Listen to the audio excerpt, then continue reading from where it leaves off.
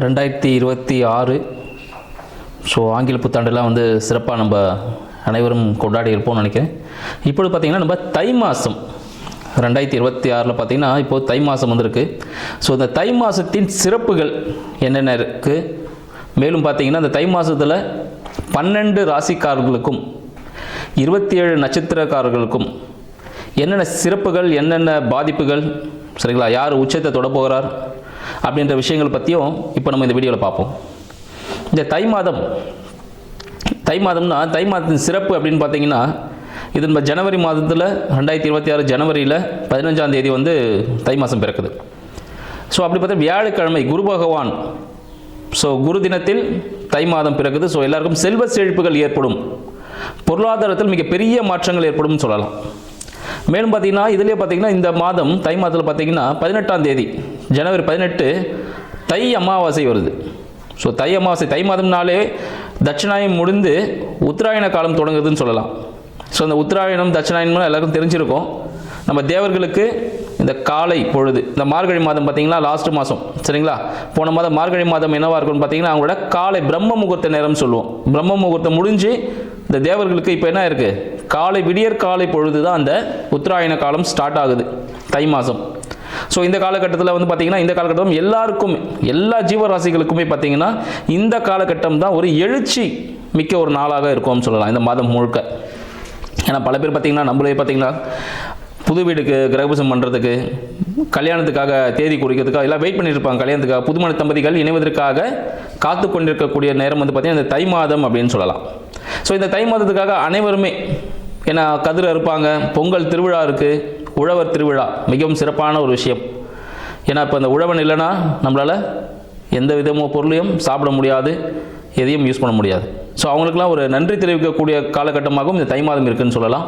சூரிய பகவானுக்கு நன்றி செலுத்தும் விதமாக இந்த தை மாதத்தில் பொங்கல்லாம் வச்சு சிறப்பாக நம்மளோட தென்னிந்திய பகுதியில் நம்ம சிறப்பாக பண்ணிகிட்ருக்கோம். இது மட்டும் இல்லாமல் இப்போ உலகம் ஃபுல்லாக எல்லாத்துலேயுமே கொண்டாட ஆரம்பிச்சிருக்காங்க. அது மட்டும் இல்லாமல் பார்த்திங்கன்னா இந்த உத்தராயண காலத்தில் இந்த தை அமாவாசை வருது பாருங்கள். இந்த தை அமாவாசை அன்னைக்கு என்ன பண்ணோம், இதுக்கு முன்னாடி அமாவாசைலாம் வந்துடுச்சு, மாலை அமாவாசைலாம் முடிஞ்சிடுச்சு, இப்போ தை அமாவாசை வருது. ஸோ மாலை அமாவாசை டைமில் ஏதாவது பண்ண முடியல அப்படின்னும் போது இந்த தை அமாவாசை இந்த காலகட்டத்தில் கண்டிப்பாக பார்த்திங்கன்னா நம்ம முன்னோர்கள் இறந்தவர்கள், சரிங்களா, அவங்களோட பிள்ளைகளையோ சொந்தக்காரங்களும் பார்க்கறதுக்கு வருவதான வாய்ப்புகள் உண்டு. அதனால் இந்த காலகட்டத்தில் மறக்காமல் தை அமாவாசையில் வீட்டில் படையல் வச்சு, ஸோ ஒரு துணி, சரிங்களா, ஸோ எப்போ பார்த்திங்கன்னா ஒரு சேலை, ஒரு வேட்டி, டவல் இது மாதிரி தான் வச்சு படைக்கணும். சேலை கூட ஒரு ஜாக்கெட் பெட்டி இது மாதிரி வச்சு தான் கடவுளுக்கு படைச்சிட்டு, கடவுளுக்குனா நம்ம முன்னோர்கள், ஏன்னா அவங்க தானே இப்போ கொடுத்த காக்க போகிறவங்க. ஸோ அவங்களுக்கு வச்சு படைச்சிட்டு அது மூலயமா, சரிங்களா, 4 பேருக்கு ஒரு முடிஞ்ச அளவுக்கு ஒரு 3 பேருக்கோ இல்லை 5 பேருக்கு இல்லை ஒரு 9 பேருக்கு உணவு தானம் பண்ணுங்கள். உணவு தானம்னா யாருக்கு தேவை இருக்கோ, இப்போ கோவிலில் கொடுக்குறாங்க பாருங்கள், அது வந்து பிரசாதம், அது வீட்டிலே சமைச்சு வச்சுட்டு வந்திருப்பாங்க, அங்கே ஒரு பிரசாதமாக அதை வாங்கிக்கிறாங்க கடவுள்கிட்டேருந்து. பட் இந்த உணவு தானம் அப்படின்னு சொல்லும்போது பார்த்தீங்கன்னா யாருக்கு தேவை இருக்கோ, அன்றாட உணவே கிடைக்க முடியாமல் இருக்கும் சில பேருக்கு. ஸோ அவங்களுக்கு கொடுக்கறது மூலமாக நம் முன்னோர்களுக்கு இது நம்மளோட காலகட்டத்தில் செய்ய முடியாத சில விஷயங்கள் இருந்திருக்கும், சூழ்நிலைகள் தடுத்திருக்கும், அந்த விஷயங்கள்லாம் நிவர்த்தியாகி அவங்க மனது குளிரும். ஸோ அதனால் கண்டிப்பாக தை அமாவாசைக்கு முடிந்த அளவில் உணவு தானம் பண்ணுங்கள். ஒருத்தருக்காவது வாங்கி கொடுங்க. அதோட வேல்யூ வந்து எவ்வளோ இருக்கணும்லாம் இல்லை, 5 ரூபா இருக்கலாம், 10 ரூபா இருக்கலாம், 500 ரூபா இருக்கலாம், 5000 ரூபா, என்ன வேணாலும் இருக்கலாம். ஒருவரோட பசி ஆற்றுங்கள்.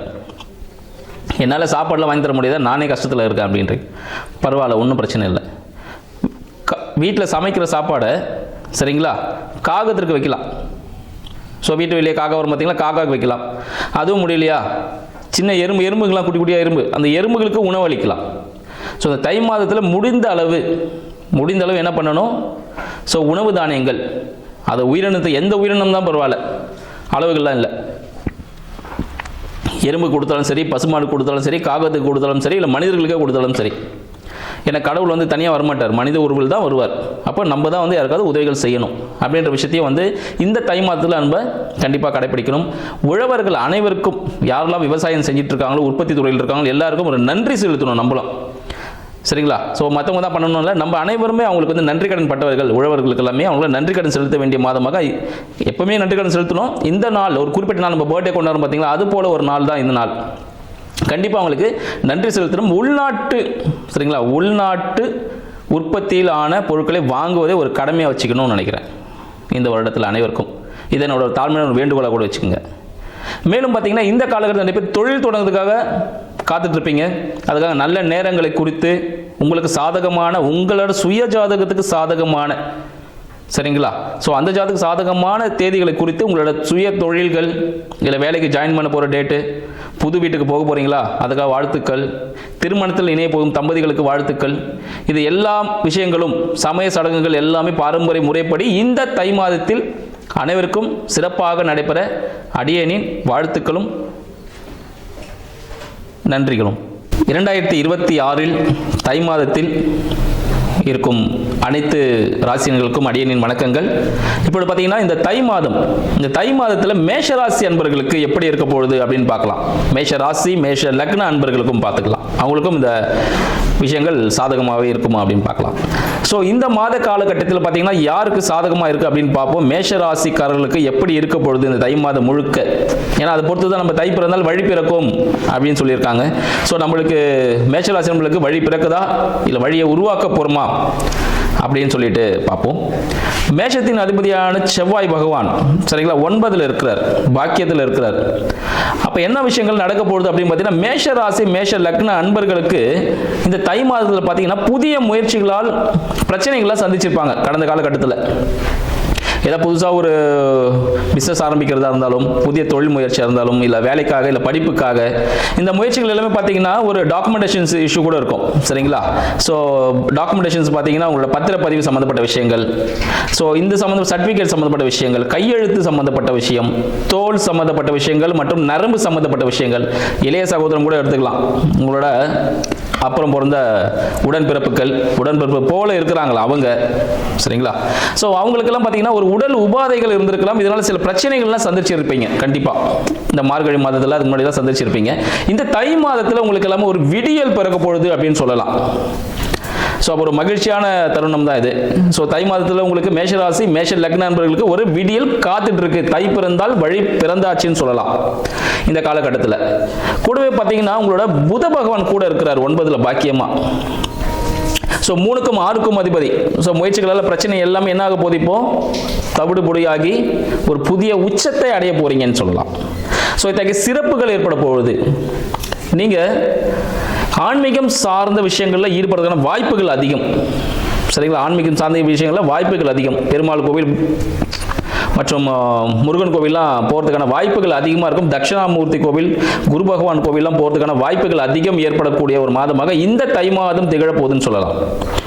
இது பாக்கியமாக இருக்கும் உங்களுக்கு. அதுக்கு என்ன பண்ணணும், இந்த பாக்கியத்துக்கு என்ன செய்யணும் அப்படின்னு பார்த்தீங்கன்னா, உங்களோட தந்தை இருந்தாங்கன்னா தந்தை காலில் விழுந்து ஆசீர்வாதம் வாங்குங்க. அவங்க மனது புண்படும்படி யாரும் நடந்துக்காதீங்க. இல்லை தந்தை ஸ்தானத்தில் இருக்கிறாங்களா அவங்க கிட்ட வந்து இனிமையாக பேசுங்க. இதுக்கு முன்னாடி ஏதாவது நம்ம பேசி மன வருத்தப்பட வச்சிருந்தோம்னா ஒரு மன்னிப்பு கேளுங்க. அவங்கள சந்தோஷமாக பார்த்துக்கிட்டனால எல்லாமே உங்களுக்கு கை கொடுக்க ஆரம்பிச்சிடும். அதுதான் நம்மளுக்கு பெரிய தளங்களாக இருக்கே அப்படின்னு சொல்லுவோம். ஸோ தாய் தந்தையிடம் பார்த்தீங்கன்னா யாருக்கிட்டையும் இந்த ஈகோன்ற விஷயங்கள்லாம் நம்ம கொண்டு போக வேண்டாம். ஸோ அவங்ககிட்ட நீங்கள் சாஷ்டாங்கமாக நீங்கள் மன்னிப்பு கேட்கும் பொழுது, மனதார மன்னிப்பு கேட்கும் பொழுது, இல்லை தாய் தந்தை இல்லையா, ஸோ மனசார அவங்களை நினச்சிக்கிட்டு அவங்களோட வருந்தி என்னை மன்னிச்சிருங்க நான் இதெல்லாம் பண்ணிட்டேன் அப்படின்னு சொல்லிட்டு மன்னிப்பு கேட்கும் பொழுது உங்களுக்கு தேவையான விஷயங்கள் எல்லாமே சாதகமாக நடக்க போகுதுன்னு சொல்லலாம். அடுத்து உங்களோட விஷயங்கள், படிப்பு சம்மந்தப்பட்ட விஷயங்கள், திருமணம் சம்மந்தப்பட்ட விஷயங்கள்லாம் பார்த்தீங்கன்னா, படிப்பு தொழில் கல்வி சார்ந்த படிப்புக்காக நீங்கள் பயணம் செய்வதற்கான வாய்ப்புகள் ஏற்படும் இந்த காலகட்டத்தில். திருமணத்திற்காக காத்துட்டு இருக்கக்கூடிய மேஷ ராசி அன்பர்கள், மேஷ லக்ன அன்பர்களுக்கு பார்த்தீங்கன்னா இந்த தை மாதத்தில் திருமணம் நடப்பதற்கான வாய்ப்புகள் காத்துட்டு இருக்குங்க. ஸோ திருமணத்திற்கான வாய்ப்புகள் யாரெல்லாம் இதற்கும் திருமணம் ஆகலன்னு காத்துட்டு இருக்கீங்களோ உங்க எல்லாருக்கும் இந்த தை மாதம் ஒரு விடியல் கொடுக்கக்கூடிய ஒரு மாதமாக சூரியன் நேரம் உங்களை பார்க்க போறாரு, சரிங்களா. ஸோ சூரியன் நேரம் பார்த்தோன்னா உங்களுக்கு பன்னீர் மேலே படர்ந்த சூரியன் போல, சரிங்களா. ஸோ அந்த ஒளியால் நீங்கள் பிரகாசிக்க போறீங்க அப்படின்னு சொல்லலாம். ஸோ உங்களுக்கு கூடவே சுக்கிரன் இருக்காரு, சரியா. சூரியன் சுக்கிரன் ஒன்னாவே உங்களுக்கு 10ஆம் இடத்துல இருக்காங்க. அப்போ தொழில், அரசாங்கம் சார்ந்த தொழில், அரசாங்கம் சார்ந்த விஷயத்தில் தான் நீங்கள் ஈடுபட போறீங்க, உங்களுக்கு சக்சஸ் கொடுக்கும்னு சொல்லலாம். பெண்கள் மூலமாக, மேஷராசி அன்பர்களுக்கு பெண்கள் மூலமாக ஒரு சிறிய அழுத்தம் ஏற்படுறதுக்கான வாய்ப்புகளும் உண்டு. பெண்கள் விஷயத்தில் மேஷராசி அன்பர்கள் மேஷ லக்ன அன்பர்கள் கொஞ்சம் ஜாக்கிரதையாக கையாள்வது ரொம்பவும் நல்லது. நம்மளுக்கு இது வேண்டாம்னா வேண்டாம், வேணும்னா வேணும். ஸோ இது தேவையா இல்லையான்னு பார்த்துங்க. மேலும் பார்த்தீங்கன்னா இந்த ஆடை ஆபரணங்கள், இந்த ஜுவல்லரி ஷாப் வச்சிருக்கிறது, ஃபேன்சி ஸ்டோர் வச்சிருக்கிறது, இது போல ஷாப்ஸ்லாம் நீங்கள் ஓப்பன் பண்ணுறீங்கன்னா இந்த காலகட்டம் ரொம்ப சிறப்பாக இருக்கும் மேஷராசி அன்பர்களுக்கு. டெக்ஸ்டைல்ஸ் நிறுவனங்கள், ஆடை தயாரிக்கக்கூடியவர்கள், இவங்களாம் பார்த்தீங்கன்னா ரொம்ப சிறப்பாக இருப்பாங்க. இந்த காலகட்டத்தில் நல்ல பிஸ்னஸ் நடக்குதுன்னா வாய்ப்புகள் உண்டு. ஒரு தொழிலாளியாக இருந்தால் இந்த காலகட்டத்தில் ஒரு முதலாளி ஆகக்கூடிய ஒரு அமைப்பும் இந்த தை மாதம் இருக்குன்னு சொல்லலாம். மேலும் பார்த்தீங்கன்னா அரசாங்கத்தில் சிறிய ஒரு அழுத்தம் ஏற்படும். ஸோ உங்கள் கரெக்டாக உங்கள் டேக்ஸ் வாட் எவர் என்னெல்லாம் இருக்கும் டாக்குமெண்டேஷன்ஸ்லாம் கொஞ்சம் கரெக்டாக கிளியர் பண்ணிவிடுங்க. இந்த விஷயங்கள்லாம் உங்களுக்கு நிறைய சப்போர்ட்டாக இருக்கும்னு சொல்லலாம். மேலும் பார்த்தீங்கன்னா உங்களுக்கு 4ஆம் அதிபதியான சந்திர பகவான் உங்களுக்கு 8ல் இருக்கார், மேஷத்துக்கு 8ல் இருக்கார். அப்போ வீடு சம்பந்தப்பட்ட விஷயங்கள் ஒரு சிறிய ஒரு அழுத்தத்தை கொடுக்கலாம். தாயாரின் உடல்நிலையில் சிறிய கவனம் வேணும். தாயார் பார்த்தா நல்லா தான் இருப்பாங்க, ஆனால் நம்ம மனது தோணும் அவங்க ஏதோ ஒரு ப்ரெஷரில் இருக்காங்களோ, அவங்களுக்கு ஏதாவது இஷ்யூஸ் இருக்கோ அப்படின்ற மாதிரி தோணலாம். சரிங்களா? ஸோ நம்மளோட உடல் சம்பந்தப்பட்ட விஷயங்கள், மேஷராசி என்பது உடல் சம்பந்தப்பட்ட விஷயங்களில் இருதயம் சார்ந்த விஷயங்கள், இல்லை மூச்சு சார்ந்த விஷயங்களில் சிறிய பிரச்சனைகள் வந்து போகலாம். பெருசாக ஒன்றும் இல்லை, சின்ன சின்ன விஷயங்கள் பாதிப்புகள் ஏதாவது இருக்கலாம், வாய்ப்புகள் உண்டு. சளி தொந்தரவு சம்பந்தப்பட்ட விஷயங்கள், கோல்டு, ஸோ இதனால் வந்து சளி இருமல் சம்பந்தப்பட்ட விஷயங்களில் சிறிய பாதிப்புகள் இருக்குன்னு சொல்லலாம். ஸோ அதனால் பார்த்தீங்கன்னா தண்ணியில் கொஞ்சம் பார்த்து சுட வச்சு கரெக்டாக நீங்கள் நான் கிளைமேட் சேஞ்ச் ஆகுதுல்ல, அதனால தண்ணியில் சுட வச்சு கரெக்டாக பார்த்துருந்தீங்கன்னா ரொம்ப நல்ல விஷயங்களாக இருக்கும். உங்களுக்கு 5ல் கேது பகவான் சஞ்சரிக்கிறார். இந்த கேது பகவான் இருக்கிறதுனால என்னெல்லாம் நடக்கும்? மனதில் பார்த்தீங்கன்னா ஒரு ஆன்மீக நாட்டம் ஏற்படும். சரிங்களா? குழந்தை பிறப்பு, மேஷராசி நண்பர்கள் இந்த காலத்தில் குழந்தை பிறப்பதற்கான வாய்ப்புகள் உண்டு. குழந்தை ஆண் குழந்தையாக பிறப்பதற்கான வாய்ப்புகள் அதிகம். உங்களுக்கு 3ல் அமர்ந்த குரு பகவான் 9, 12 அவர் 3ல் இருக்கார். அப்போ என்ன பார்த்தீங்கன்னா உங்களுக்கு தந்தை சார்ந்த விஷயங்கள், இல்லை நீங்கள் வெளியூர் வெளிநாடு போகிறதுக்கான சில விஷயங்கள், பாஸ்போர்ட் சம்மந்தப்பட்ட விஷயங்கள், இம்போர்ட் எக்ஸ்போர்ட் சம்மந்தப்பட்ட விஷயங்கள், இதனால ஒரு செலவு ஏற்படும். புதிய முயற்சிகள், அதாவது ஒரு நல்ல ஒரு அனுகூலமான விஷயங்கள் தான். ஸோ அதுக்காக ஒரு புதிய முயற்சிகள் நீங்கள் எடுப்பதற்கான வாய்ப்புகள் அதிகம். மேலும் வந்து தந்தை சார்ந்த விஷயத்தில் ஏதாவது ஒரு மருத்துவ உதவிகள் தேவைப்படுறதுக்கான வாய்ப்புகள் உண்டு. இந்த நரம்பு சம்பந்தப்பட்ட பிரச்சனை, இல்லை சூடு சம்பந்தப்பட்ட பிரச்சனைகள், உஷ்ணம் சொல்லுவாங்கல்ல, அது சம்பந்தப்பட்ட பிரச்சனைக்காக மருத்துவ உதவி, கொழுப்பு சம்பந்தப்பட்ட பிரச்சனைகளும் இதெல்லாம் வந்து மறைமுகமாக இருக்கும், இப்போதான் உங்களுக்கு தெரிய வந்திருக்கும். ஸோ இது சம்பந்தப்பட்ட விஷயங்களை நீங்கள் ஒரு மருத்துவ செலவு செய்வதற்கான வாய்ப்புகள் உண்டு. ஸோ அதில் கொஞ்சம் ஏதாவது சின்ன விஷயம்னா உடனே டாக்டரை போய் அணுகிறது மிகவும் நல்லதுன்னு சொல்லலாம். உங்களுக்கு 11ல் இருக்கக்கூடிய ராகு பகவான், 11 நம்மளுக்கு ப்ராஃபிட் பேரின்பம் சொல்லுவோம். அங்கே ராகு வேறு இருக்காரு. ஸோ சுகபோகக்காரகன் அங்கே இருக்கிறதுனால பேரின்பத்தில் மூழ்கக்கூடிய ஒரு அமைப்பு இந்த மேஷராசி நண்பர்கள் இந்த தை மாதம் காத்துட்டு இருக்குன்னு சொல்லலாம். சரிங்களா? ஸோ உங்களோட அடுத்த பிரான்ச்சஸ் ஏதாவது ஒர்க் பண்ணி பிசினஸ் பண்ணுறீங்கன்னா அடுத்த பிரான்ச்சஸ் ஓப்பன் பண்ணுறதுக்கு இந்த காலகட்டம் மிக சிறப்பான ஒரு காலகட்டமாக இருக்குது. ஸோ உங்களோட சுய ஜாதகத்தின்படி எப்படி உங்களுக்கு எந்த டேட்டில் நீங்கள் ஆரம்பிக்கலாம், என்ன பேரில் ஆரம்பிக்கலாம் அப்படின்ற விஷயத்தை நீங்கள் கீழே இருக்க நம்பர் வச்சு நீங்கள் பார்த்து கால் பண்ணி கூட நீங்கள் தெரிஞ்சுக்கலாம். இல்லை உங்களுக்கு தெரிஞ்ச ஜோதிடர்கள் மூலியமாகவும் நீங்கள் டேட்டு குறித்து கரெக்டாக பண்ணீங்கன்னா உங்களுக்கு இந்த காலகட்டம் இரட்டிப்பாகக்கூடிய ஒரு காலகட்டமாக திகழ போகுது அப்படின்னு சொல்லலாம். சரிங்கய்யா, எனக்கு வந்து பெரிய சனி போயிட்டு இருக்கு, எல்லாருமே அங்கே தான் போய் நிற்போம்ல, கடைசியா சனீஸ்வரன் தான் போய் நிற்போம். ஸோ 12ல் சனி இருக்காரு, எனக்கு ஒரே செலவாக போகுது, காலில் அடிப்படுது, காலில் பார்த்தா கால் வலியாக இருக்குது, எங்கே போனாலும் எல்லாமே ஃபெயிலியராக முடியுது, இதே தான் இருக்கும். அவர் பெரிய சனினா என்ன பண்ண போறாரு? ஒண்ணுமே இல்லை, நீங்க சேர்த்து வச்சதெல்லாம் எடுத்துக்க போறது இல்லை. நீங்க என்னெல்லாம் பாவம்லாம் செஞ்சிருக்கீங்களோ அதெல்லாம் கழிக்கிறாரு. அவர் ஒரு நீதிமான், அவர் வந்து தெளிய வைக்கிறாரு. ஒரு குளத்துல கழுத்துக்கு போட்டீங்கன்னா கொஞ்சம் கலங்கலா இருக்கும், அதுக்கப்புறம் தெளிஞ்ச பிறகு பார்த்தீங்கன்னா ரொம்ப கிளியர் வாட்டர் இருக்கும். சரிங்களா? அது போல தான் சனீஸ்வர பகவான் வந்து உங்களை வந்து கெடுக்கிறதுக்காகலாம் இல்லை, அவர் மாதிரி கொடுக்கறதுக்கு ஆளே இல்லை, யாருமே தடுக்கிறதுக்கு ஆள் இல்லை அவர் கொடுத்தாருன்னா. ஸோ 12ல் இருக்க சனீஸ்வர பகவான் உங்களுக்கு பார்த்தீங்கன்னா விரயங்கள் ஏற்படுத்த மாட்டார். அந்த விரயங்களுக்கு வந்து சுப விரயமாக மாற்றிக்கலாம். நீங்களே போயிட்டு தை மாசமா ஓகே போயிட்டு பொங்கல் வேறு வருது, ஒரு ஷூ ஒன்று வாங்கி ஒரு செப்பல் ஒன்று வாங்கிக்கலாம். யாருக்காவது ரிலேஷனுக்கு செப்பல் கூட வாங்கி தரலாம், ஃப்ரெண்ட்ஸுக்கு செப்பல் வாங்கி கொடுக்கலாம், முடியாதவர்களுக்கு செப்பல் வாங்கி கொடுக்கலாம். சரிங்களா? ஸோ இந்த விஷயங்கள். மேலும் பார்த்தீங்கன்னா கால் சம்பந்தப்பட்ட விஷயங்கள் யாராவது பாதிக்கப்பட்டிருக்காங்களா அவங்களுக்கு உங்களால் முடிந்த உதவிகளை செய்யலாம். வயதானவர்களுக்கு தேவையான பணிவிடைகள் உதவிகள் செய்யலாம். உங்ககிட்ட வேலை செய்யக்கூடிய தொழிலாளர்களுக்கு உங்களால் முடிந்த உதவிகள்.